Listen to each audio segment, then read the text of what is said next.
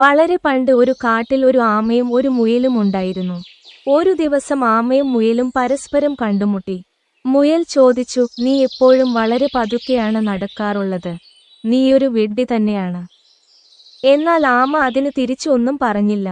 മുയൽ ചോദിച്ചു, നിനക്കെന്നോടൊപ്പം ഓടി ജയിക്കാൻ കഴിയുമോ? ആമ പറഞ്ഞു, ഒരു പക്ഷേ കഠിനാധ്വാനം ചെയ്താൽ എനിക്കും കഴിഞ്ഞേക്കാം. മുയൽ ചിരിച്ചുകൊണ്ട് പറഞ്ഞു, അപ്പോൾ നമുക്കൊരു ഓട്ടം നടത്താം. അവർ ഓട്ടം ആരംഭിച്ചു. മുയൽ വളരെ വേഗത്തിൽ ഓടി, പെട്ടെന്ന് വളരെ മുന്നിലായി.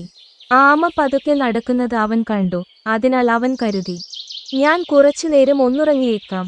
മുയൽ ഉറങ്ങുമ്പോൾ ആമ പതുക്കെയും സ്ഥിരതയോടെയും നടന്നുകൊണ്ടിരുന്നു. ഒടുവിൽ ആമ ഫിനിഷിംഗ് ലൈനിലെത്തി. മുയൽ ഉണർന്നു വേഗത്തിൽ ഓടി. പക്ഷേ വളരെ വൈകി. ആമ ഇതിനകം വിജയിച്ചു. മുയലിനു തന്റെ തെറ്റുകൾ മനസ്സിലായി. അവൻ ആമയോട് ക്ഷമ ചോദിച്ചു. ആമ തിരിച്ചു പറഞ്ഞു, സാരമില്ല സുഹൃത്തേ. അഹങ്കാരം മനസ്സിൽ വന്നു കഴിഞ്ഞാൽ ഉടനടി നമുക്ക് തകർച്ചയുണ്ടാകും. പിന്നീട് ആമയും മുയലും നല്ല സുഹൃത്തുക്കളായി ജീവിച്ചു.